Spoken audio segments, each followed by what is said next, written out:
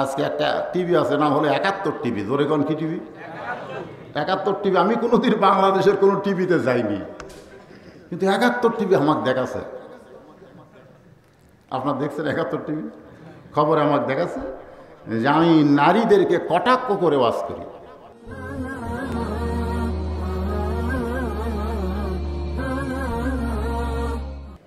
আসসালামু আলাইকুম ওয়া রাহমাতুল্লাহি ওয়া বারাকাতুহু। আপনারা সকলে কেমন আছেন? জি আলহামদুলিল্লাহ। অনেক মানুষ রাস্তায় আছে, তারা যদি আসে বসার জায়গা হবে না, এই জন্য আগে থেকে আপনারা একটু জমে জমে বসেন। জায়গা ছোট হলেও বহু মানুষ বসা যায়, যার প্রমাণ হলো বাংলাদেশ। জোরে বলেন কোন দেশ? গোটা পৃথিবীর ভিতরে সবচাইতে ঘন বসতি হওয়ার পরেও 10 লক্ষ রোহিঙ্গা মুসলমানকে জায়গা দিছে কোন দেশ? এখান থেকে প্রমাণ হলো জায়গা দেওয়ার অভ্যাস আমাদের আছে না নাই। এই জন্য সবাই একটু সামনে দিকে ফাঁকা ফাঁকা না রেখে জমে বসে। আলহামদুলিল্লাহ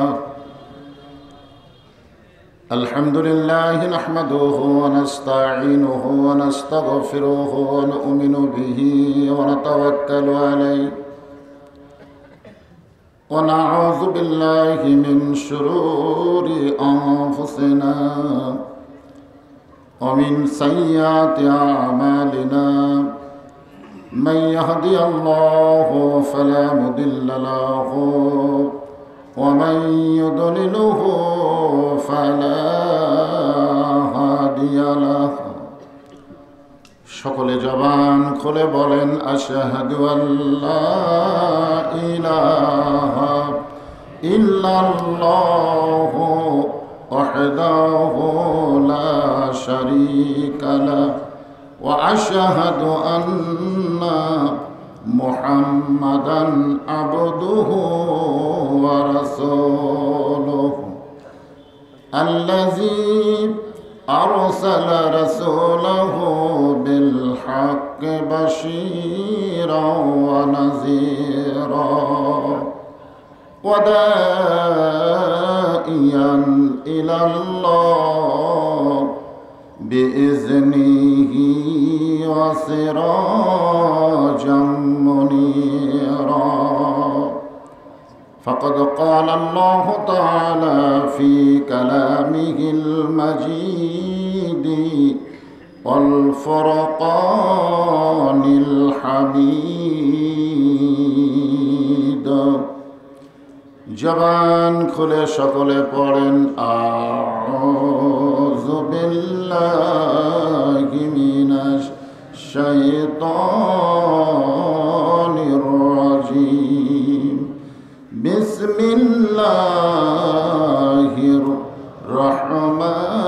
রহমানির রহিম। ইযা আসাবাতুহুম মুসিবাতুন ক্বালু ইন্না লিল্লাহি ওয়া ইন্না ইলাইহি রাজিউন। ইন্নাল্লাহা ওয়া মালাইকাতাহু ইসাল্লুনা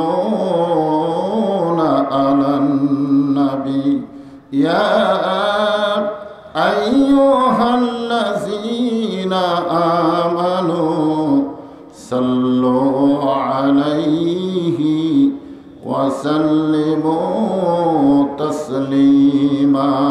আল্লাহুম্মা সাল্লি আলা মুহাম্মাদিন ওয়া আলা আলি মুহাম্মাদ কামা সাল্লাইতা আলা ইব্রাহিম ওয়া আলা আলি ইব্রাহিম ইন্নাকা হামিদুম মাজিদ। আল্লাহুম্মা বারিক আলা মুহাম্মাদিন ওয়া আলা আলি মুহাম্মাদ কামা বারাকতা আলা ইব্রাহিম وعلى آل إبراهيم ইন্নাকা হামিদুম মাজিদ। নবীজির পিতা আবদুল্লাহ, নবীজির মাতা আমিনা, নবীজির দুধমা হালিমা, নবীজির রওজা মদিনা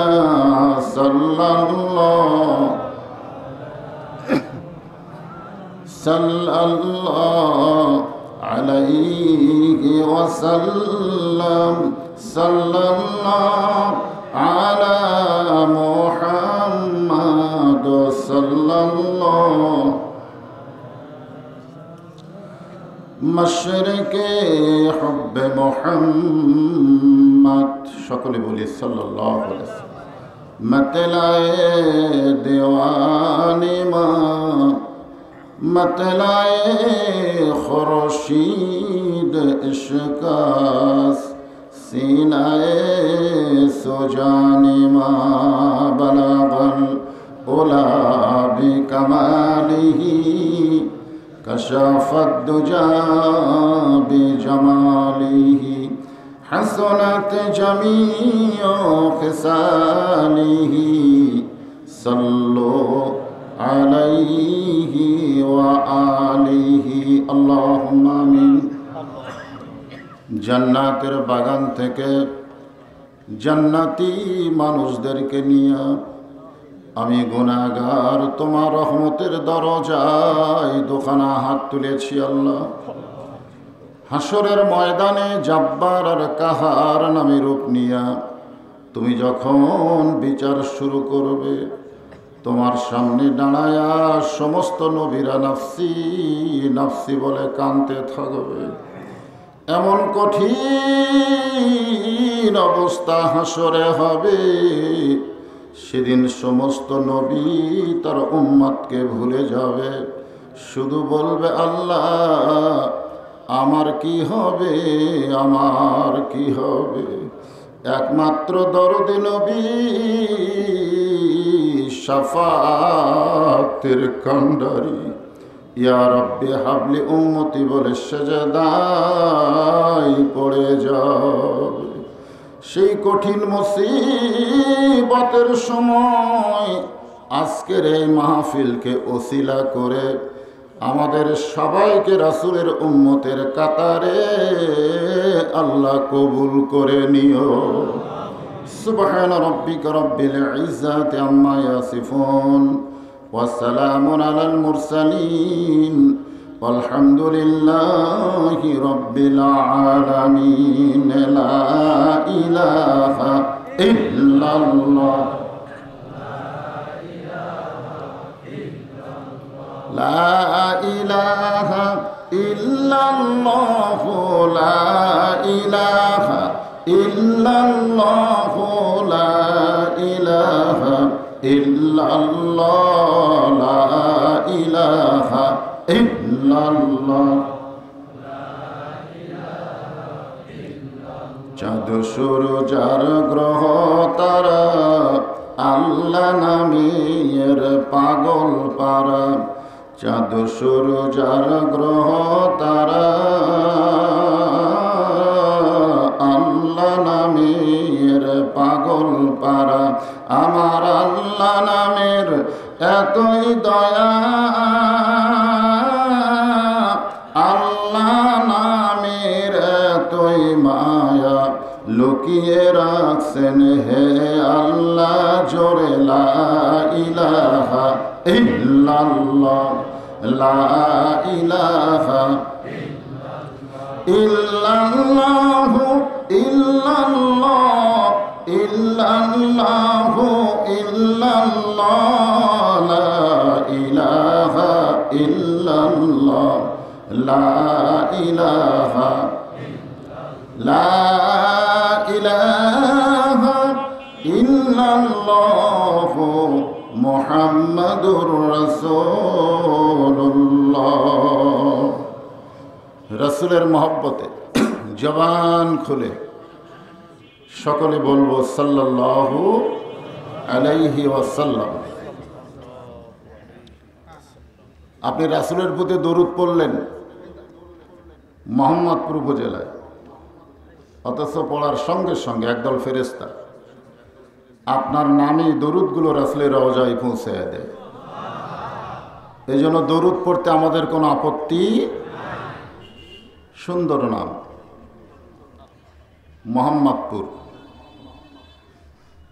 এত সুন্দর নাম। যুবকদের কর্তৃক আয়োজিত হাসপাতাল জামে মসজিদ প্রাঙ্গণে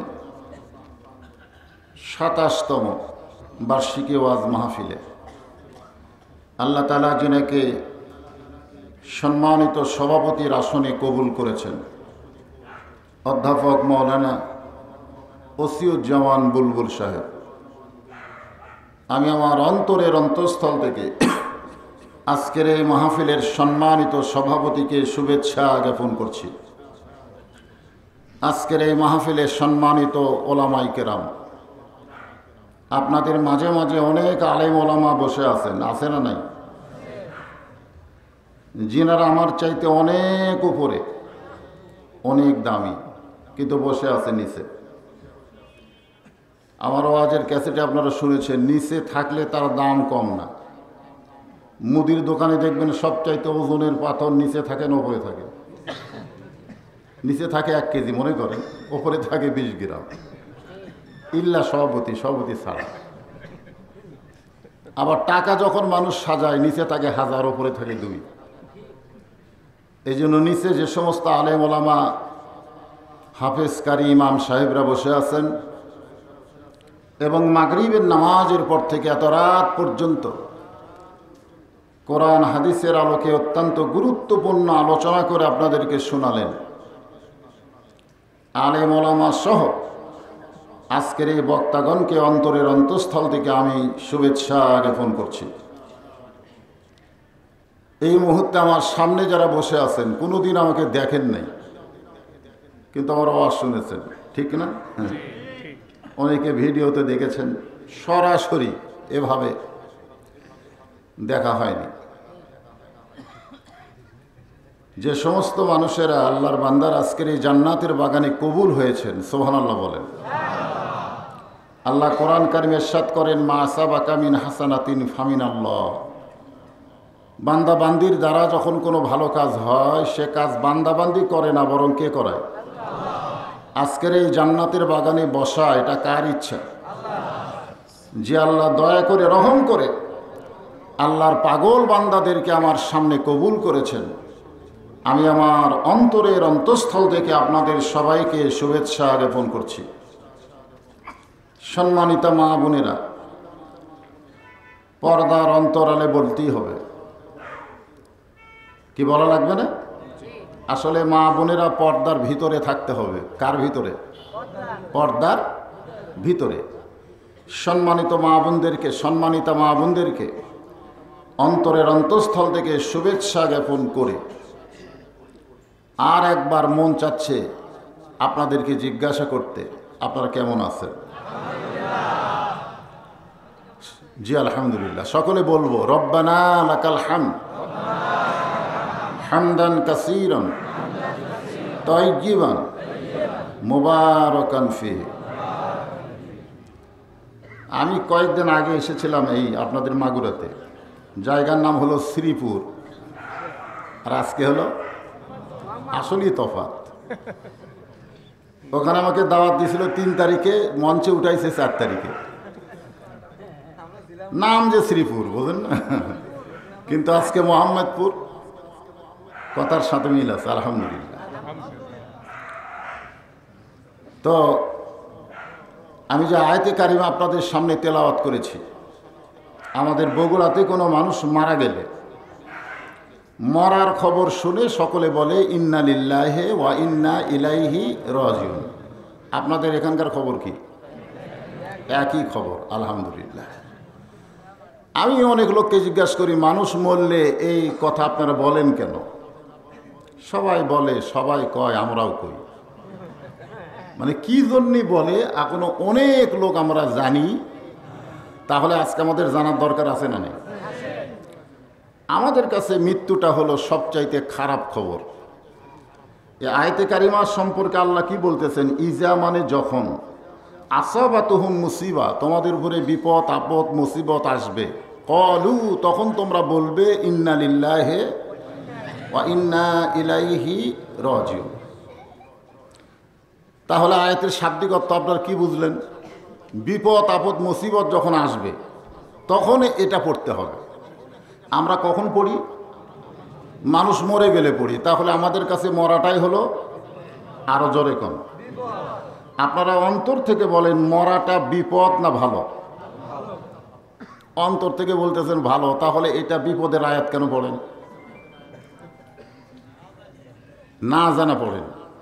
তো না জানা তো কোনো কিছু পড়ে লাভ হবে না, কারণ যেটা পড়তে হবে বোঝার নিয়তে পড়া লাগবে, ঠিক কিনা বলেন? আজকে আমাদের বাংলাদেশে মানুষ ইংরাজি পড়ে বোঝার নিয়তে পড়ে না না বোঝার নিয়তে? কথা কর। আজকে বাংলাদেশের মানুষ অঙ্ক করে, এটা বোঝার নিয়তে করে না না বোঝার নিয়তে করে? আজকে মানুষ বাংলা পড়ে, এটা কি বোঝার নিয়তে না না বোঝার নিয়তে? তো সবই আমরা বোঝার নিয়তে পড়ি, কিন্তু আল্লাহর কোরআন যখন পড়ি তখন আমরা কিসের নিয়তে পড়ি? বোঝার নিয়তে না সোয়াবের নিয়তে? কথা কন না কেন? কোরআন শরীফ শুধু সোয়াবের নিয়তে পড়ার জন্য আল্লাহ আমাদেরকে দিছে নাকি? এই জন্য বাংলাদেশের সংসদ যখন চালু করা হয় প্রথম, তখন কোরআন শরীফের পড়া দিয়েই কিন্তু চালু করা হয়, হয় কি হয় না? আমরা কিন্তু সকলেই চাই যে আল কোরআনের আলো সংসদে জ্বালো, সংসদে কোরআনের আলো জ্বালাবার চাই, কিন্তু আমরা কোরআন পড়ি ঠিকই, কিন্তু কোরআন বুঝি না। আজকে মানুষ মরার পরে যে আয়াত পড়ি আমরা, সে আয়াতের উপরে আজকের আলোচনা হবে। আপনারা হয়তো মনে করবেন হুজুর মরা মানুষের আয়াত দিয়ে কি ওয়াজ করবে? আসলে আয়াতটা মরা মানুষের নয়। আজকে মসজিদে মুয়াজ্জিন আজান দেয়, মুসলমানদের ভিতরে সকলে মসজিদে আসে না, কিছু কিছু লোক মসজিদে আসে। জোরে কোন কথা ঠিক কিনা? আপনারা যারা মসজিদে নামাজ পড়েন, এশার নামাজ পড়ার পরে আপনারা বাড়িতে যান না? জোরে কোন যান কি যান না? তো বাড়িতে যাওয়ার পরে যদি দেখেন যে আপনার বউ আপনার মেয়ে ভারতের স্টার জলসা জি বাংলা দেখতেছে, আর এই নাটকগুলো দেখতে গিয়ে হিন্দু করে পূজার বাদ্য লোলো করে বাঁচতেছে, তো আপনি একজন মুসলমান এশার নামাজ পড়ে বাড়িতে গেলেন, আর আপনার বাড়িতে হিন্দু করে পূজার বাদ্য শোনার পরে আপনি সুবহানাল্লাহ কবেন না ইন্নালিল্লাহ কবেন? তো ইন্নালিল্লাহ তাহলে কখন বলা লাগবে? আমরা মুসলমান খুব খেয়াল করে কথাগুলো শুনবেন। সেদিন বেশি রাত্রে তুলে দিছিল, এই জন্য তাফসির হয়নি। আজকে হবে এই আয়াতের আলোচনা, একটু মনোযোগ দিয়ে শুনবেন। আল্লাহর একজন মস্ত বড় পায়গাম্বার, এ কোরআন শরীফে যত নবীর কথা আছে তার ভিতরে বেশি যেই নবীকে নিয়ে আল্লাহ আলোচনা করেছে তার নাম হলো মুসা। এই শুধু মুসা করলে হবে? তা আমি মুসা কয়ে স্টপ দিলাম, এরপরে শূন্যস্থান পূরণ করা বোঝেন না? আপনারা শূন্যস্থান পূরণ করা বোঝেন? মাঝখানে একটা শব্দ আছে, আবার ড্যাশ আছে, ড্যাশের পর আর একটা শব্দ আছে। তা আমি যেখানে থামবো পরের শব্দ আপনারা বলবেন, তাহলে ওয়াজ পানির মতন সহজ হবে। আর আমার ওয়াজ যারা ক্যাসেটে শুনেছেন, আমি কোনো কঠিন ভাষা বলি না, একেবারে সহজ সরল ভাষা। তাহলে মুসা নবীর ডিগ্রির নাম কি? কালিমুল্লাহ। জোরে বলেন, নাম কি? কার সঙ্গে কথা কয়? তুর পর্বতে আল্লাহর সঙ্গে কথা বলতে গিয়ে মুসা নবী দাঁড়িয়ে আছেন। আল্লাহ বলতেছেন, মুসা তোমার খবর কি? মুসা বলতেছে আলহামদুলিল্লাহ। আপনারা বলেন তো, কেউ যদি আপনাদের খবর নেয়, তার খবর নেওয়া দরকার আছে না নাই? তো মুসা আলাইহিস সালাম বলতেছে, আল্লাহ আপনার খবর কি? তখন আল্লাহ কি বলবে? আলহামদুলিল্লাহ। মুসা বলতেছে, কথা প্রসঙ্গে হয়ে গেছে, যে আল্লাহ আপনার খবর কি? আল্লাহ বলতেছেন, আমার খবর যদি জানতে চাও, ইজহাব ইলা ফিরাউন ইন্নাহু তাগা। কথাটা খেয়াল করবেন, আমি আল্লাহ কেমন আছি এটা যদি জানতে চাও তো ফেরাউনের কাছে যাও। যখন কার কাছে যাও? আজকে আমাদের বাংলাদেশে আল্লাহ কেমন আছে এটা জানবার গেলে সংসদে যাওয়া লাগবে, বঙ্গভবনে যাওয়া লাগবে, মসজিদে গেলে জানা যাবে না। জোরে কোন কথা ঠিক কিনা? আপনারা মুখে মাস্ক পরেননি, আমি বক্তাও পরিনি, কিন্তু আমি মুখে মাস্ক পরলে কথা হয়তো ক্লিয়ার হবে না, আবার চেহারা না দেখলে আপনারা খুশিও হবেন না, ঠিক কিনা বলেন? এই জন্য আমার ব্যাগের মধ্যে আছে ঠিক, কিন্তু আমি পরিনি। আপনারা বলেন তো মাস্ক কেন পরা হয়? ধুলাবালির জন্য। এতদিন আপনারা পড়ছিলেন না, এখন পড়েন কেন? ওয়াজটা হবে ইন্নালিল্লাহর ওপরে, খুব খেয়াল করবেন। হ্যাঁ, আল্লাহ বলতেছেন মুসা আমি আল্লাহ কেমন আছি যদি জানবার চাও তাহলে অমুক পীরের দরবারে যাও। পীরের দরবারে না ফেরাউনের? বোঝা লাগবে। আল্লাহ বললেন মুসা তোমার কি কোনো গল্প আছে? মুসা বলতেছে আল্লাহ আমি এমন একটা কথা বলবো। আপনারা বলেন তো মুসা নবী যা বলবে আল্লাহ বলার আগে জানে কি জানে না? জানে।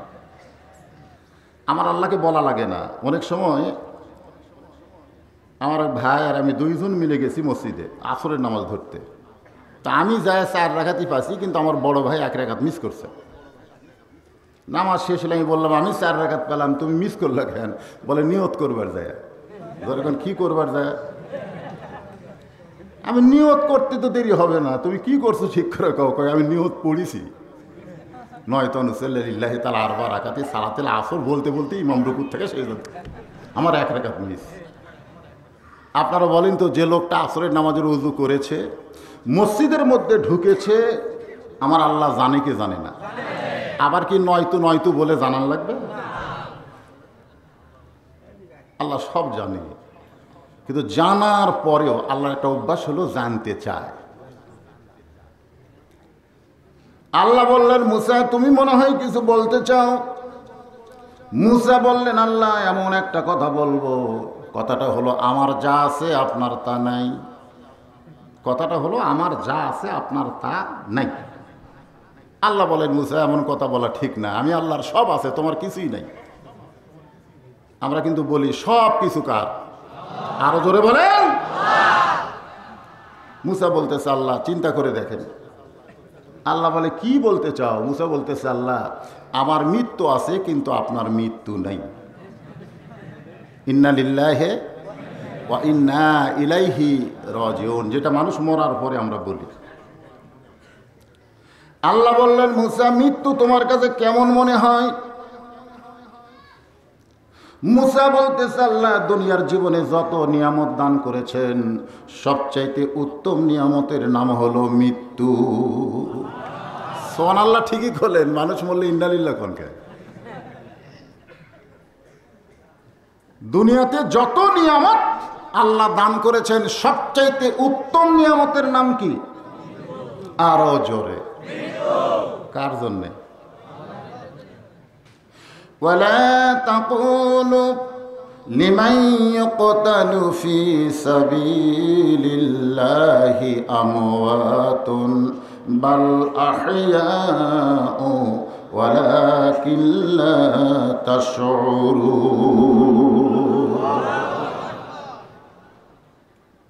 আল্লাহ বলতেছে মুসা মানুষ মৃত্যুকে পছন্দ করে না। আমাদের বাংলাদেশের একজন লেখক বলেছে মরিতে চাহি না এই সুন্দর ভুবনে। মরবার চায় না, কেউ চায় না। আপনারা মরবার চান? চান? মনে হয় না। মানুষ যদি মরতে চায় তাহলে অন্যায় মানুষের কাছে আসতে পারবে না। আজকে বাঁচার জন্য আমরা বাতিলের সঙ্গে আপোষ করছি, কথা ঠিক? শুধু বাঁচার জন্যে বাঁচাই লাগবে, বাঁচাই লাগবে, যেভাবেই হোক বাঁচা লাগবে। এদের সুদ খায়, ঘুষ খায়, রাহাজানি করে, খুন খারাপি করে, ওরা কি মরার জন্য করে? আমরা বাতিলের সঙ্গে আপোষ করেছি, ঐক্য জোট করছি, ঠিক কিনা বলেন? আল্লাহ বললেন, মুসা, মানুষ মরতে চায় না, সেই মৃত্যুটা তোমার কাছে উত্তম নিয়ামত মনে হওয়ার কারণ কি? মুসা বলতেছে, আল্লাহ, কারণ হলো তিনটা। জোরে বলেন, কয়টা? এক নম্বর কারণ হলো, না মরলে জান্নাতে যাওয়া যাবে না। যেই জান্নাত আল্লাহ আমাদের জন্য বানায় রাখছে, আপনারা বলেন তো, না মরলে জান্নাতে যাওয়া যাবে? আমরা সকলে জান্নাত কারা কারা? মাশাআল্লাহ, হাত নামান। তো জান্নাত যারা চাইলেন, আপনারা বলেন তো, জেঁতা অবস্থায় যাবেন না মরার পরে যাবেন? তাহলে জান্নাতে যাইতে গেলে মরতে, এই জন্য আমরা সকলে বলবো, জান্নাতে যদি যেতে চাই, আপনারা জোরে বলবেন, মরতে চাই। বলতে পারবেন না ভাইজান? জান্নাতে যদি যেতে চাই, আরো জোরে জোরসে বলুন। এখানে ফেরেশতারাই চমকাচম করতেছে। জীবনে কত মাহফিল গেলাম, মরতে চাই মিছিল হয়নি। আজকে এমন একটা মাহফিলে গেলাম, আল্লাহ, যারা মরার মিছিল করতেছে, আল্লাহ বলে, ফেরেশতা তোমরা সাক্ষী থাকো, যারা মরার মিছিল করেছে, ওরা মরার মিছিল করার অর্থ হলো জান্নাতে যাবার চাইছে। ধরে কোন কথা ঠিক কি না? মুসা বলতেছে, আল্লাহ, মৃত্যুকে পছন্দ করার 2 নম্বর কারণ হলো, আমার মৃত্যুটা কেবলমাত্র আপনার জন্যই আমি বাজেট করেছি। আসেন, এই 2 নম্বর মৃত্যুটা আমি আপনাদের সামনে ইন্না লিল্লাহ দিয়ে ব্যাখ্যা করতেছি। যারা পারেন আমার সঙ্গে পড়বেন, আর যারা পারেন না তারা চুপ করে শুনবেন। কারণ কোরআন শরীফ পড়লেও সওয়াব, শুনলেও সওয়াব। ঠিক কিনা বলেন? আল্লাযী খালাকাল মাউতা ওয়াল হায়াতা লিয়াবলুয়াকুম আইয়ুকুম আহসানু আমালান ওয়া হুয়াল আজিজুল গফুর। সূরা মুলক, কোরআন শরীফে একটা সূরা আছে, নাম কি? আরে, অনেকে বলে ইসলামে কোনো রাজনীতি নাই। অনেকে বলে, কারা বলে? যারা কোরআন হাত দিয়ে স্পর্শ করে না। এই সমস্ত লোকেরা বলে যে ইসলামে তো রাজনীতি নাই, ইসলাম খালি ধর্মনীতি। জোরে কোন কি নীতি? কোরআন শরীফে 29 পারার প্রথমেই যে সূরাটা আল্লাহ দিলেন, নাম দিছে মুলক, প্রথম শব্দই হলো তাবারাকাল্লাযী বিয়াদিহিল মুলক। গোটা পৃথিবীর রাজত্ব, কর্তৃত্ব, মালিকানা কার হাতে? আরো জোরে বলেন। ওয়াহুয়া আলা, পড়েন, ওয়াহুয়া আলা কুল্লি শাইইন কাদির। সমস্ত ক্ষমতার মালিক কে? আরো জোরে, জোরসে বলুন। কিন্তু গণতন্ত্রের স্লোগান কি? হ্যাঁ হ্যাঁ, ক্ষমতার উৎস জনগণ। এ কথা যে কইছে, তওবা ছাড়া মারা গেলে তার জান্নাতে যাওয়া কঠিন হবে। জনগণ ক্ষমতার উৎস না। আমরা ছোটবেলায় বলছি পানির অপর নাম জীবন, কিন্তু যে লোক সাঁতার জানে না, নৌকা বাইচ খেলবে গেছে, কয়জন মরছে? আপনাদের এখানে কয়জন মরছে? 3 জন মরছে। যে লোক সাঁতার জানে না, সে যদি পানির মধ্যে পড়ে যায়, ওকে যদি বলে কেউ পানির অপর নাম জীবন, ও তখন কি বলবে? মিথ্যা কথা, মিথ্যা কথা। ক্ষমতার উৎস জনগণ, এটা বিপদে না পড়লে বুঝতে পারবেন না। ধরে কোন কথা ঠিক কি না? জনগণ। ইন্না লিল্লাহি, শুধু খেয়াল রাখবেন আয়াতখানা, আলোচনা বুঝতে সহজ হয়ে যাবে।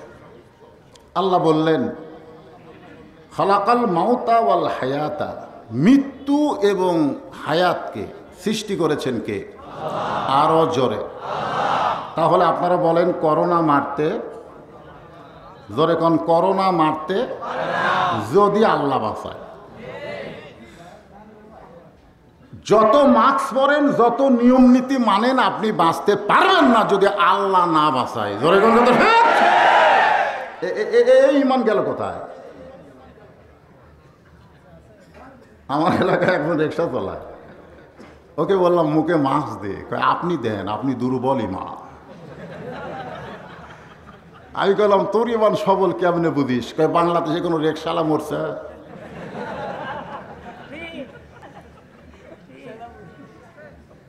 মরছে? আমার এলাকাত মরেনি, এলাকাত মরলে তাও একটা উদাহরণ পাও। মরছে? যাই হোক, আল্লাযী খলাকাল মাউতা ওয়াল হায়াতা, খুব খেয়াল করবেন। লিয়াবলুয়াকুম আইয়ুকুম আহসানু আমালান ওয়া হুয়াল আজিজুল গফুর। আল্লাহু আকবার। কেন সৃষ্টি করেছেন জীবন আর মৃত্যুকে? লিয়াবলুয়াকুম, তোমাদেরকে পরীক্ষা করা হবে। পরীক্ষা, সে পরীক্ষার ভিতরে আমরা পড়ে গেছি। আমাদের পরীক্ষা হচ্ছে কি হচ্ছে না? হচ্ছে। ভাইজান, বাসা থাকতে কে কোন দল করলো করুক, মরে গেলি ইন্না লিল্লাহ। মরে গেলি কে কোন দলের লোক মরছে, মরার পরে দল আছে। আসলে দল করতে হবে কখন? মরার আগে না পরে? একটু মনোযোগ দিয়ে শুনবেন। আল্লাহ বলতেছেন আইয়ুকুম আহসানু আমালা, সুন্দর আমলের পরীক্ষা হবে। এই সুন্দর আমলটা কি? সুন্দর আমলটা কি? আল্লাহ বলেছেন ওয়া আমিলুস সালিহাত, নেক আমল করো, আমলে সালে করো। আবার এখানে বললেন আহসানু আমালা, সুন্দর আমল করো।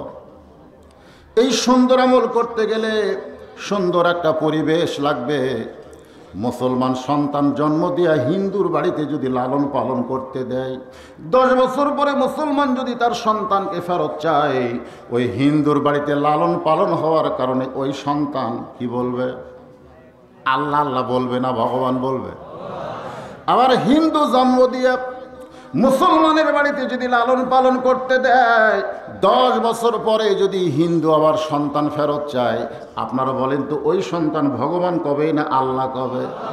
তাহলে এখানে কি বুঝলাম? জন্ম দিলেই হিন্দু মুসলমান হয় না, হিন্দু মুসলমান হয় পরিবেশের কারণে। জোরে কোন ঠিক কি না? বর্তমানে আপনাদের মাগুরা জেলায় যে পরিবেশ চলতিছে, এটা কিসের পরিবেশ? মুসলমানের না হিন্দুর? দুটোই আছে, তাই না? মাশাআল্লাহ। কোন পরিবেশে বড় হচ্ছেন সেই পরিবেশই মৃত্যু হবে। এখন পরিবেশ পাল্টানোর দরকার আছে? যখন আছে, সুন্দর একটা পরিবেশ যদি করতে চান, সুন্দর একটা সমাজ লাগবে। সুন্দর একটা সমাজ যদি আপনি করতে চান, সুন্দর একটা রাষ্ট্র লাগবে। সুন্দর একটা রাষ্ট্র যদি আপনি তৈরি করতে চান, মানুষের তৈরি করা বিধান দিয়ে হবে না, আমার আল্লাহর কোরআন লাগবে। জোরে কোন কথা ঠিক কি না? আমি আপনাদের দেখাচ্ছি, সারা জীবন তো ওয়াজ শুনলেন, আজ দেখা যান। যে কোরআন শরীফ দেখতেছেন, এক সময় সবচাইতে বড় মাস্তান ছিল। জোরে কোন কি ছিল? এই কোরআনের পরশে আবার 1 নম্বর ভালো মানুষ হয়ে গেল। নাম কি? হযরত উমর। তিনি একসময় এই কোরআনের কারণে, সুবহানাল্লাহ বলেন, অর্ধ পৃথিবীর খলিফা হয়ে গেলেন। তিনি যখন অর্ধ পৃথিবীর খলিফা, মসজিদের মেম্বরে বসে নিজের ডান গালে চড় মারে, বাম গালে বাম হাতে চড় মারে। ঠিক ওই সময় একজন সাহাবী মসজিদের মধ্যে ঢুকছে, নাম হলো ওসমান গনি। জোরে বলেন নাম কি? সালাম দিয়ে বলতেছি, আমির আল মুমিনিন, আপনি কি পাগল হলেন? নিজের গালে নিজে চড় মারেন, আপনি অর্ধ পৃথিবীর খলিফা, আপনি এই পজিশনে এরকম কেন করতেছেন? ওমর ফারুক বললেন, ওসমান, অর্ধ পৃথিবীর খলিফা হওয়ার পরে আমার অতীতের কথা মনে পড়েছে। তার মানে বোঝা গেল ক্ষমতার চেয়ারে বসলে শুধু বর্তমানকে নিয়ে থাকলে হবে না, অতীতকেও মনে করা দরকার। ধরে কোন কথা ঠিক না? যারা অতীত ভুলে যায়, ভবিষ্যতের চিন্তা নাই, তারা বলে কি হনুরে। এরকম আছে না নাই? চিনিস আমি কার দল করি চিনিস? তো বলতেছে তুই কার দল করিস, ফিস করে বলতেছে। আহা, যারা লা ইলাহা ইল্লাল্লাহ মুহাম্মদ রাসূলুল্লাহকে বিশ্বাস করেছে, তাদের জন্য কোন দল করা লাগবে? আল্লাহর কোরআনে আছে না নাই? জোরে কোন আছে না নাই?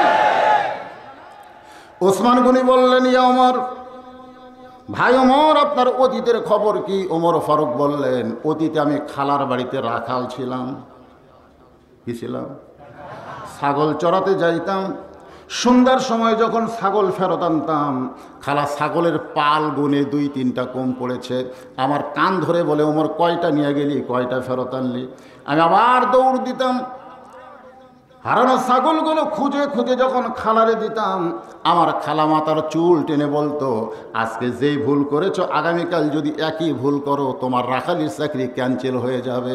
আমি খালার পা ধরে বলতাম, খালা রাখালির চাকরি ক্যান্সেল করে দিলে আমি খাবো কি, থাকবো কোন জায়গায়? একদিন রাখালের চাকরি রক্ষা করার জন্যে যে উমর খালার পা ধরে কেঁদেছে, আজকে সেই উমরকে আল্লাহ অর্ধ পৃথিবীর খলিফা বানাইছে। এটা উমরের যোগ্যতায় নয়, এটা একমাত্র আল্লাহর কোরআনের ওসিলায়। একমাত্র কোরআন, কোরআন, কোরআনের ওসিলায় অর্ধ পৃথিবীর খলিফা। সেই কোরআনটা কেমন? আজকে আমাদের বাংলাদেশে কোরআন দেখবেন না, খালি শুনবেন। মসজিদে গেলে ইমাম সাহেব পড়তিছে, মুসল্লিরা শুনতিছে, কি ইমাম কয় তাও বোঝে না। তো এখন এক হিন্দু মসজিদে ধার দেওয়া যায়, এক মুসল্লিকে বলতেছে, ভাই আমি মাঝে মধ্যে তোদের মসজিদে ধার দেওয়া যাই, তোরকে ইমাম যে হামিদা হামিদা কয়, এ হামিদা কার বউ রে? তো মুসলমান মুসল্লি বলতেছে, মনে হয় ইমামের কেউ হবি, আমিও শুনি হামিদা হামিদা, মানে সামি আল্লাহ ইমান হামিদা, এ হামিদা কার মা, কার বউ? মুসলমান কয়, আমি খালি শুনি রে, বুঝি না। জোরে কর, কি করে? শোনে, বোঝে না। আজকে মসজিদের মধ্যে যে কোরআন তেলাওয়াত হচ্ছে, এটা কি করতেছে? বুঝতেছে না শুনতেছে? অথচ আল্লাহ বললেন, ইন্নামাল মুমিনুনা আল্লাযীনা ইযা যুকিরাল্লাহু ওয়াজিলাত কুলুবুহুম ওয়া ইযা তুলিয়াত আলাইহিম আয়াতুহু যাদাতুহুম ঈমানা ওয়া আলা রাব্বিহিম ইয়াতাওয়াক্কালুন। ওয়াইযা তুলিয়াত আলাইহিম আয়াতুহু যাদাতুহুম ঈমানান। কোরআনের আয়াত শুনলে মানুষের ঈমান বাড়ে না কমে? বাড়ে। তো আজকে কোরআন শরীফ আমরা শুনতে পাই, বদরুল রশিদ কি ওয়াজ করে, আয়াত পড়ে শুনি, ইমাম সাহেব কি পড়ে শুনি, মাদ্রাসায় গেলে হুজুরা কি পড়ে শুনি। শুধু শোনার জন্য আল্লাহ কোরআন পাঠায়নি, একটু দেখার দরকার আছে না নাই?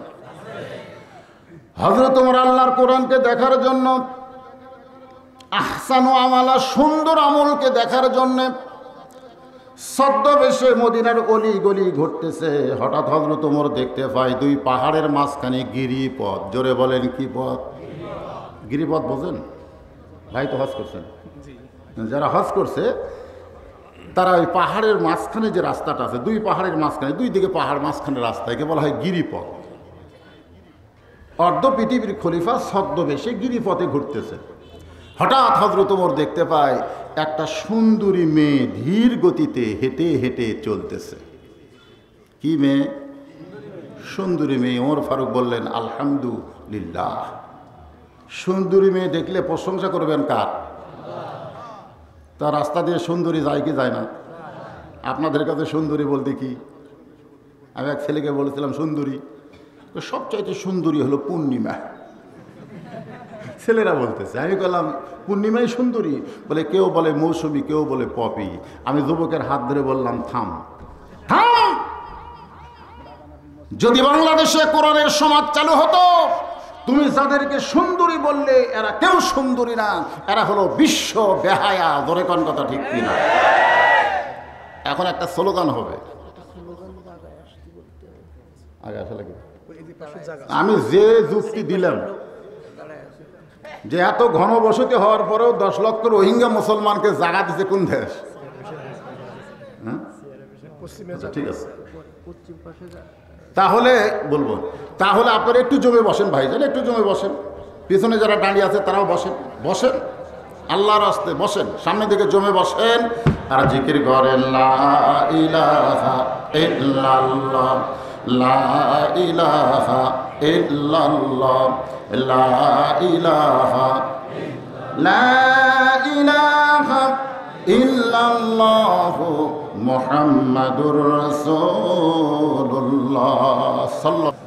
তাহলে সুন্দরী মেয়ে বলতে আপনারা কি বুঝতেছেন, এটা বুঝাচ্ছেন? আমার সঙ্গে একটা স্লোগান দেন, আমি যে বলবো বেপর্দা নারী যারা, আপনারা বলবেন বিশ্ব বেহায়া তারা। বলতে পারবেন না? বেপর্দা নারী যারা। এখন আবার উল্টা স্লোগান দেবেন, আমি যে বল পর্দানিশী নারী যারা, আপনার বিশ্ব সুন্দরী তারা। পর্দানিশী নারী যারা, ওমর ফারুক যাকে সুন্দরী বলে আল্লাহর প্রশংসা করতেছেন, তার আপাদ মস্তক আল্লাহর আইন বিরাজ করতেছে। আল্লাহর আইন হলো অকরণে ফি বুয়ুতিকুন্না ওয়ালা তাবাররাজনা তাবাররুজাল জাহিলিয়াতিল উলা। কার আইন? আজকে একটা টিভি আছে, নাম হলো ৭১ টিভি। জোরে কোন কি টিভি? ৭১ টিভি। আমি কোনোদিন বাংলাদেশের কোনো টিভিতে যাইনি, কিন্তু ৭১ টিভি আমাকে দেখাছে। আপনার দেখছেন ৭১ টিভি? খবরে আমাকে দেখাচ্ছে যে আমি নারীদেরকে কটাক্ষ করে ওয়াজ করি। আজকে আপনারা ধরে দেবেন নারীদের কটাক্ষ করে কোনো কথা হবে না। নারী যারা মুসলমান নারী, তাদের জন্য আল্লাহর আইন কি? আল্লাহ বলতেছেন তোমরা ঘরের ভিতর অবস্থান করো। এ কথা কার? যদি ঘর থেকে বাহির হও, বের হওয়া যাবে না, এ কথা আল্লাহ বলে নাই। বের যদি হও তাহলে হেজাব নিয়া, পর্দা নিয়ে বের হবে। ওই জাহিলি যুগের মেয়েদের মতন সাজুগুজু করে রাস্তায় বের হওয়া যাবে না। এ কথা কার? এ কথা যদি মেয়েরা মেনে নেয়, মেয়েদের লাভ হবে না লস হবে? কেমন লাভ হবে? বেপর্দা নারী দেখলেই বলবেন ইন্না লিল্লাহ। কারণ একজন যুবকের জন্য বেপর্দা নারী রহমত না বিপদ? তাহলে বেপর্দা নারী দেখলে কি বলবেন? বেপর্দা নারী রাস্তা দিয়ে যাচ্ছে, আপনার ইন্না লিল্লাহি ওয়া ইন্না ইলাইহি রাজিউন। মেয়ে চমকে উঠবে, কে রে, মানুষ বললে যে কথা কয়, আমার দেখে কথা কারো বলতেছে। দেখবেন বাংলাদেশ আর বেপর্দা পাওয়া যাবে না, কারণ যেখানে পড়া লাগবে সেখানে পড়া হচ্ছে না। ধরে কোন ঠিক কিনা?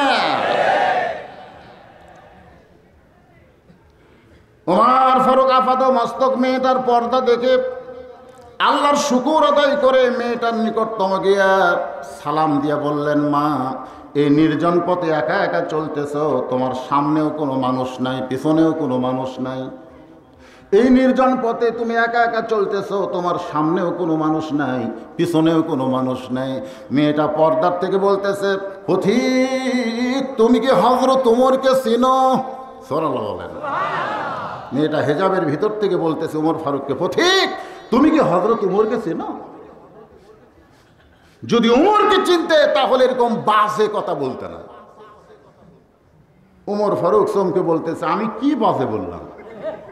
তুমি নির্জন পথে একা একা চলতেছো, তোমার সঙ্গে কেউ নেই, এ কথা বলাতে বাজে কি হলো?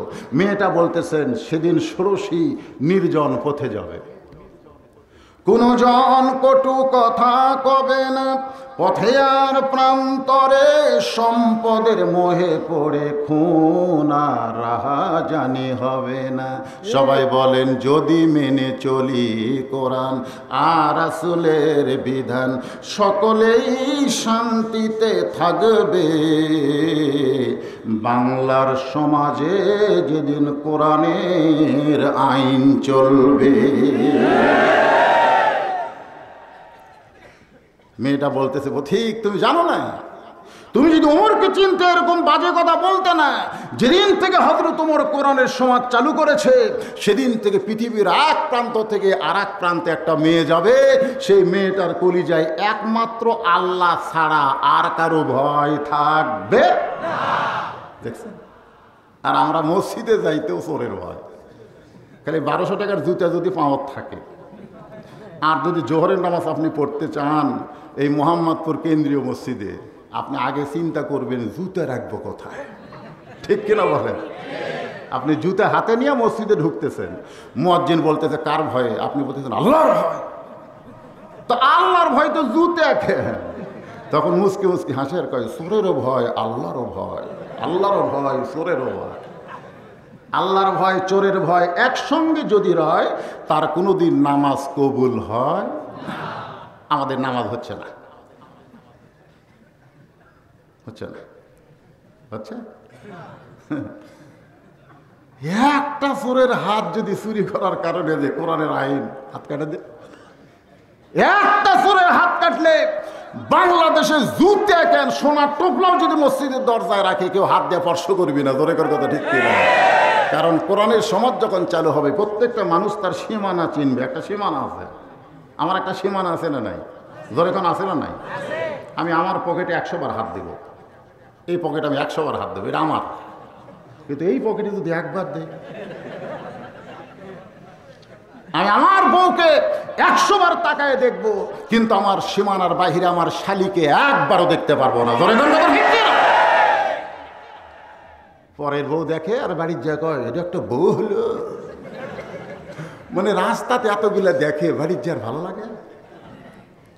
আজকে যদি মা বোনেরা পর্দায় থাকে, প্রত্যেকটা পুরুষ তার বউকে ভালোবাসবে। এই জন্য বিবিদেরকে আমি বলবো, আপনারা যদি স্বামীর ভালোবাসা পেতে চান তাহলে পর পুরুষকে নিজের ইজ্জত না দেখায় নিজের স্বামীর জন্য বাজেট করেন। ধরে গন্ঠে, এটা কি নারীদের কটাক্ষ করার কোন কথা? আমার মায়েরা, আলোচনা হচ্ছে ইন্না লিল্লাহি ওয়া ইন্না ইলাইহি রাজিউন। মানুষ মরে গেলে যে বিপদের আয়াত পড়ি, আসলে কখন পড়া লাগবে? ওমর ফারুক বললেন, মা, এই নির্জন পথে তুমি চলতেছো ধীরে ধীরে, আমার মনে হয় কোনো দুঃখ তোমার অন্তরে লুকায় আছে। সুবহানাল্লাহ। মেয়েটা বলতেছে, পথিক, আমি আসলেই একজন দুঃখী নারী, আমি আসলে একজন দুঃখী নারী। আজকে 6 দিন হলে হযরত ওমরকে আমি খুঁজে বেড়াই, হযরত ওমরকে আমি খুঁজে বেড়াই।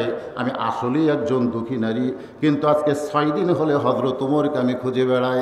আমার ঈমান বলতেছে অল্প সময়ের ভিতরেই হযরত ওমরকে পেয়ে যাব। ওমর ফারুক বলতেছে, তুমি পাগলি। ওমর হচ্ছে অর্ধ পৃথিবীর খলিফা, আর সেই খলিফাকে তুমি 2 পাহাড়ের মাঝখানে খুঁজতেছো। ওমর কি ছাগল, উট দুম্বা যে 2 পাহাড়ের মাঝখানে খুঁজলে ওমরকে পাবে? তুমি আসলেই পাগলি। মেয়েটা বলতে, পথিক, তুমি জানো না যেদিন কোরআনের সমাজ চালু হয়ে যাবে সেদিন নেতা খোঁজা লাগবে না, নেতারাই তখন দুঃখী মানুষকে খুঁজে বেড়াবে।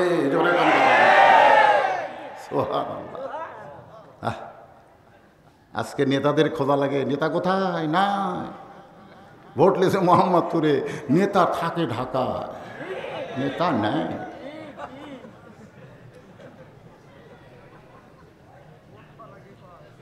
হ্যাঁ, মেয়েটা বলতেছে যেদিন কোরআনের সমাজ চালু হয়ে যাবে সেদিন নেতা খোঁজা লাগবে না, নেতারাই দুঃখী মানুষকে খুঁজে বেড়াবে। আপনার কি মনে করতেছেন? যেদিন কোরআনের আইন চালু হবে সেদিন কোনো গরিব ধনীর দরজায় যাবে না, বরং প্রত্যেকটা ধনী গরিবের দরজায় যাওয়া লাগবে। তুমি ধনী যদি জান্নাতে যাওয়ার চাও, তোমার 2.5% গরিবদেরকে বুঝাই দাও। গরিবের ঠেকা পড়ে নেই, তোমার ঠেকা। জান্নাতে যাবা তো গরিবের কাছে যাও।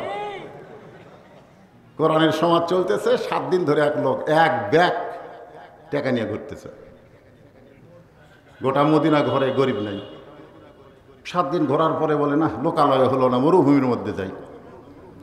মরুভূমির ভিতরে গিয়ে দেখে একটা বস্তা মাথার দিয়ে একজন ঘুম পাড়তেছে। ব্যাগেলা চিন্তা করে, আলহামদুলিল্লাহ পাইছি রে। ওই ঘুমন্ত মানুষকে সালাম দিছে, আসসালামু আলাইকুম। বস্তাওয়ালা লাভ দিয়ে রাখা, আলহামদুলিল্লাহ। ব্যাগওয়ালা বলতেছে, ভাই সালাম দিলাম, আল্লাহ শুকুর আদায় করেন কেন? ও আলাইকুম কর পারেন না? আমাদের বাংলাদেশে সালাম নিয়েও কথা হয় যখন, ঠিক কিনা? আমরা মৌলানার বলে আসসালামু আলাইকুম, এটা বলে হেফাজতি, এটা বলে তালেবানি। আগে চলতো চালালিকুম, চালালিকুম। খোদা হাফেজ বলবো না, আল্লাহ হাফেজ। ঠিক? হ্যাঁ, ঠিক। তো এখন লাভ দুটাকে আলহামদুলিল্লাহ। ব্যাগওয়ালা বলতেছে, দিলাম সালাম, ওয়ালাইকুম আসসালাম না বলে আলহামদুলিল্লাহ কেন? বলে 15 দিন হলে 1 বস্তা টাকা নিয়ে ঘুরতেছি, গরিব নাই। তো দেখার পরে আমার গরিব মনে হয়, আল্লাহর শুকর আদায় করি ভাই। লোকটা বলে, আমি ঘুরি 7 দিন, তুমি ঘোরো 15 দিন, তাহলে গরিব গেল কোথায়? যেদিন সুদ ভিত্তিক অর্থনীতিকে লাথি দিয়া বাংলার মুসলমানেরা যাকাত ভিত্তিক অর্থনীতি চালু করবে, সেদিন আল্লাহ রহমতের বরকতের দরজা খুলে দিয়ে বাংলাদেশ থেকে গরিব দূর করে দিবে। জোরে কোন কথা ঠিক কি না? টাকা খরচ চালে পাওয়া যায় না, 100 টাকা বেশি দিবার চালি। আপনাকে এলাকায় মনে সুদ নাই? সুদের নিম্ন গুণা কিরে? সুদের 1 টাকা খালি কি হয়? আপনারা হয়তো বলবেন হুজুর সুদের উড়ো কি ওয়াজ শুনবার আছে, তাই না আসুক, আমার ধামকিগুলো ওদের কানে যাবে। জোরে কোন কথা ঠিক কিনা? হ্যাঁ জোরে কোন ঠিক কিনা? মেয়েটা বলতেছে পথিক, আমি একজন দুঃখী নারী, আজকে 6 দিন হলো হযরত ওমরকে আমি খুঁজে বেড়াই। আমার বিশ্বাস অল্প কি হচ্ছে, সাউন্ড তো ঠিকই হচ্ছে বাবা, তোমার কে কি বলে? এইরকম উপর তুলে দিলে আমার চেহারা তোরা দেখতে পারবে না। এই মুখ ঢেকে গেল কি? শুনতে আপনাদের অসুবিধা হচ্ছে? থাক আর করবে।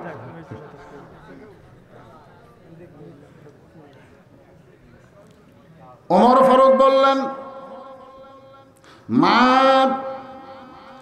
আমি হলাম হযরত ওমর।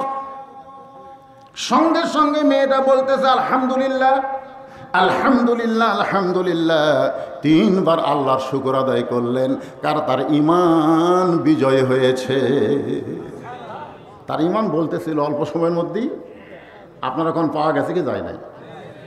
ওমর ফারুক বললেন, মা কি দুঃখ তোমার মনে? মেয়েটা বলতেছে আমিরুল মুমিনিন, আমি একজন দুঃখী নারী, আমার দুঃখ হলো আমি 6 বছর বয়সে ঈমান গ্রহণ করেছি। শুধু ঈমান গ্রহণ করার কারণে 12 বছর আমাকে জেলে বন্দি করে রাখছে। আমার জীবনের কোনো অপরাধ নাই, একটাই মাত্র অপরাধ, আমি ঈমান গ্রহণ করেছি। আমি ঈমানের কলেমা পড়িনি, আমি গ্রহণ করেছি। গ্রহণ করা বোঝেন? যুদ্ধের সময় আমার এলাকার অনেক হিন্দুরা কলমা পড়ছে। আমার বগুড়াতে পাকিস্তানের আর্মি দেখা হলেই বলতো তুমি কোন হো, তো হিন্দুরা বলতো হাম মুসলমান, কলমা বাতাও লা ইলাহা ইল্লাল্লাহ মুহাম্মাদ, বিলকুল ঠিক হয় ঠিক হয় ঠিক হয়। আপনারা বলেন তো এরা কি কলমা গ্রহণ করিছে না পড়িছে? পড়িছে। 9 মাস পরে যুদ্ধ শেষ, ওদের কলমাও শেষ। আমাদের বাংলাদেশের মুসলমানের অবস্থা কি? কলমা গ্রহণ করা কাক কয়? আল্লাহ বললেন ইন্নাল্লাযীনা ক্বালু রাব্বুনাল্লাহু সুম্মা ইসতাকামু তাতানাজ্জালু আলাইহিমুল মালায়েকা আল্লা তাখাফু ওয়া লা তাহজানু ওয়া আবশিরু বিল জান্নাহ। আল্লাহু আকবার। নিশ্চয় যারা আল্লাহকে রব বলে স্বীকার করে নেবে, শুধু স্বীকার করবে না, এর প্রতি যারা ইস্তেকাম থাকবে, জীবনে মরণে কষ্ট বিপদে জেলখানায় কোরআনের পথে সব জায়গায় তারা ঈমানকে ধরে রাখবে। খুব খেয়াল করবেন। মেয়েটা বলতেছেন শুধু একটাই অপরাধ। কয় অপরাধ? একটা মাত্র অপরাধ, ঈমান গ্রহণ করেছি। আর সেই ঈমান গ্রহণ করার কারণে 12 বছর আমাকে জেলখানায় বন্দি জীবন কাটাতে হয়েছে। এখান থেকে বোঝা গেল জেলখানায় যারা যায় তারা চুরি ডাকাতি করে সবাই যায় না। অনেকে জেলখানায় এইরকম কারণে আছে। জোরে কোন ঠিক কি না? নাম ধরে বলা লাগবে না, আধা কথা বলি আদম বুঝে। সারা রাত করলেও গাধাক বুঝানো যাবে না। জোরে কোন কথা ঠিক কি না? মেয়েটা বলতেছে আমিরুল মুমিনিন, আপনি যখন রোম পারস্য দখল করলেন, আমি রোমের জেলখানার মধ্যে ছিলাম। রোম পারস্য যখন দখল করলেন তখন আপনি ঘোষণা করে দিয়েছেন কোরআনের আইন যে দেশে চলবে ওই দেশে জেলখানার কোনো দরকার থাকবে না। জেলখানার দরকার আছে? মুরগি চোরা জেলখানাত গেছে, যে ডাকাতের সাথে রাত্রে শুবে, মানে ঘুমাবে একসাথে, যার সাথে ঘুমাবে সে হলো ডাকাত। তো ডাকাত শোয়ার আগে বলতেছে তুই যে আমার সঙ্গে ঘুমাতে চাস, তুই কি করে ঢুকছিস? তো কয় মুরগি চুরি ভাই, মারছে রাতে। যা, আমি 2টা মার্ডার করছি রে, আমার কাছে কোনো চোরের জায়গা নেই। ও তখন পাঁও তেল দেখায়, দাদা এবারের মতন মাফ করেন, খালি বার হয়। খালি বার হয়ে কি হয়ে ঢোকা লাগবে আমার জানা হয়ে গেছে, এই চোর হয়ে আর আমি ঢুকতেছি। হ্যাঁ, কিন্তু ভালো মানুষকে ধরে ধরে তখন জেলখানাতে রাখবে, তখন অনেক চোরও ভালো হয়ে যাচ্ছে। জোরে কর কথা ঠিক কি? আমি যে কয়েকবার গেছি আমার কামই হলো জেলখানা যে আগে নামাজ পড়ান। অনেকে কয় হুজুর ওয়াজ করে, তার মানে বোঝা গেল ওখানেও মানুষ ভালো কথা শুনতে চায়, কিন্তু ভালো মানুষ তো নেই। যদি সময় থাকে ইমাম আযম আবু হানিফা রাহমাতুল্লাহ আলাইহির জীবনী থেকে 4টা মিনিট আপনাদের কথা শোনাবো, তবে এখন নয়, একটু মনোযোগ দেন।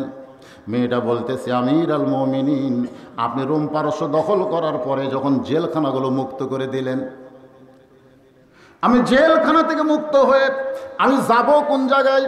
কারণ আমার বাবা খ্রিস্টান, আমার মা খ্রিস্টান, আমার দেশের 14 গোষ্ঠী খ্রিস্টান, আমার সকলেই যখন খ্রিস্টান, আমি একজন মুমিনা নারী, আমি যাব কোন জায়গায়? আমার কোনো ঠিকানা না পাওয়ার কারণে আজকে 6 দিন হলে 2 পাহাড়ের মাঝখানে ঘুরতেছি।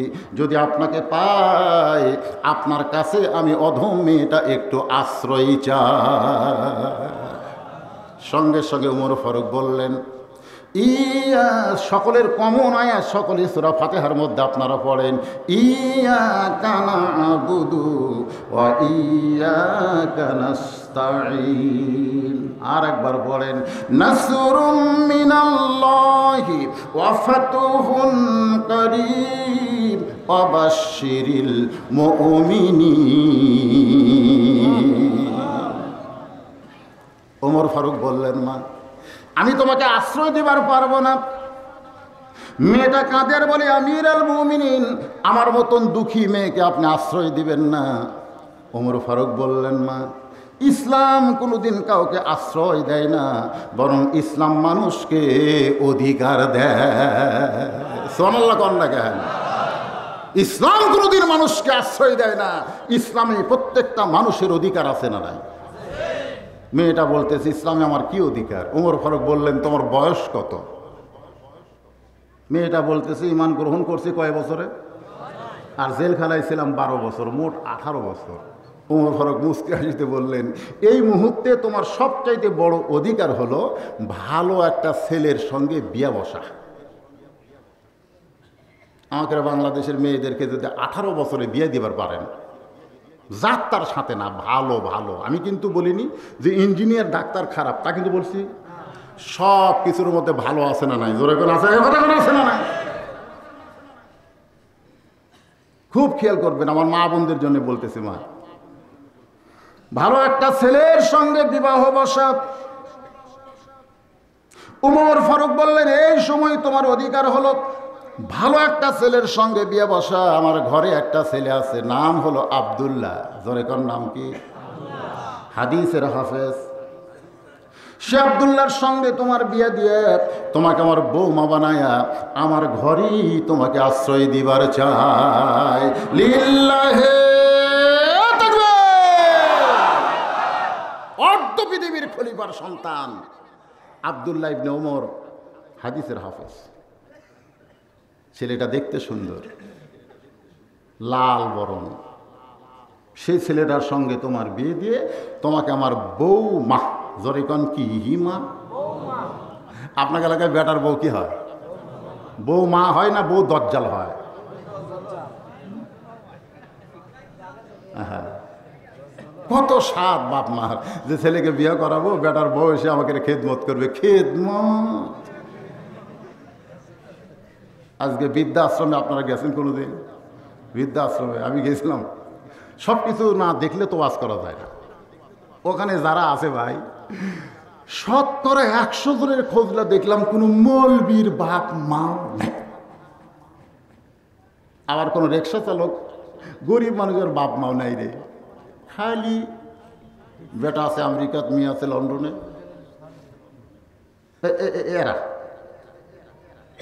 এরা বৃদ্ধাশ্রমে জায়গা পাইছে।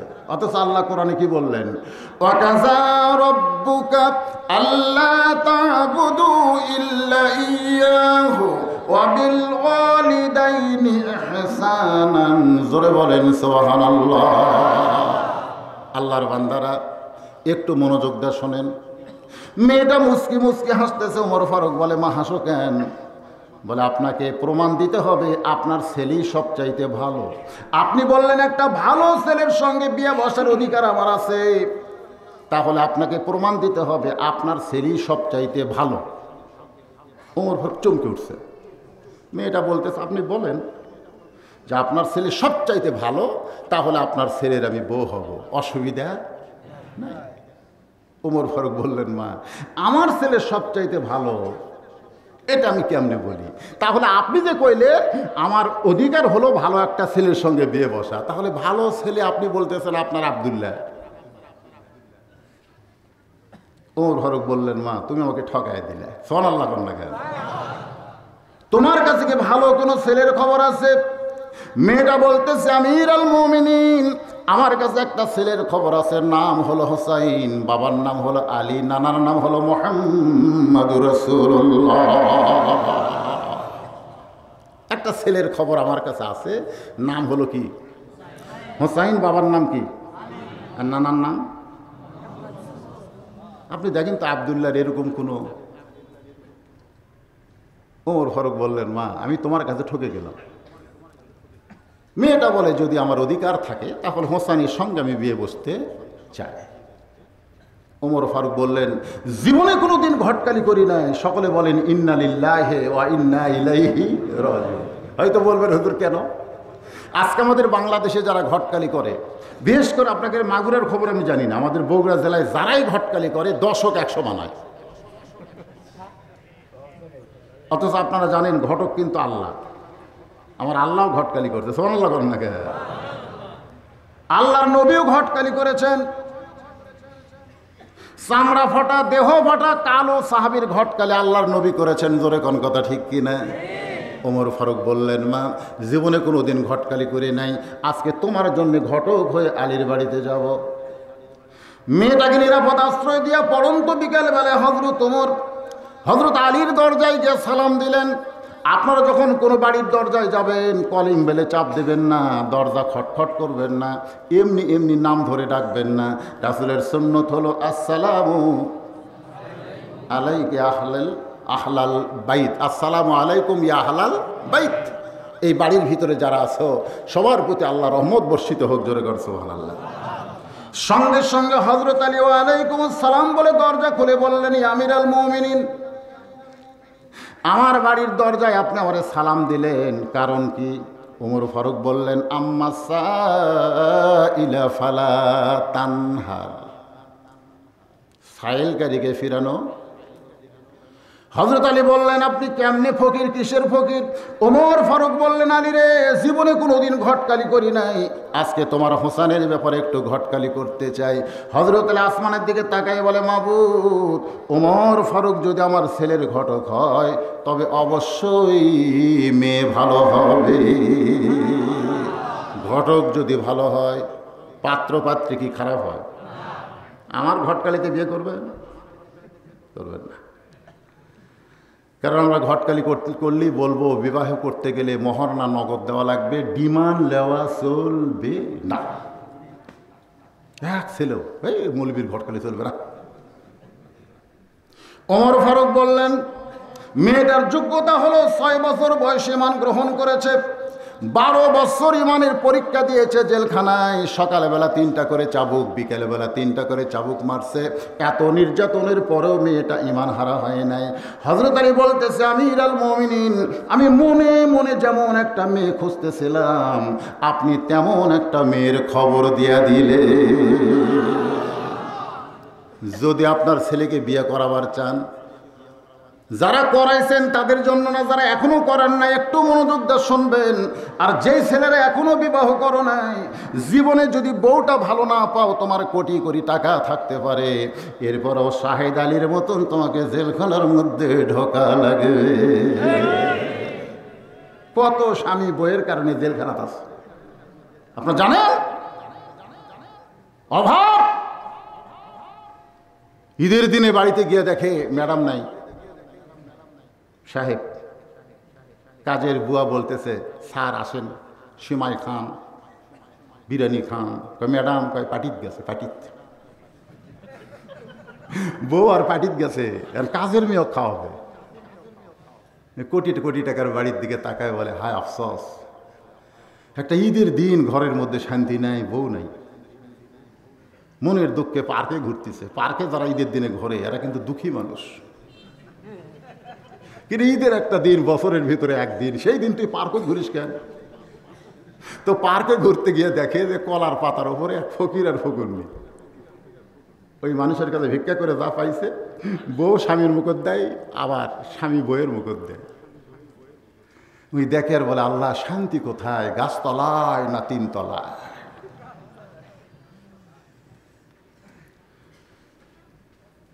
ওমর ফারুক বললেন আলহামদুলিল্লাহ, তুমি যখন পছন্দ করেছো আলী, তাহলে আমার আর কোনো টেনশন।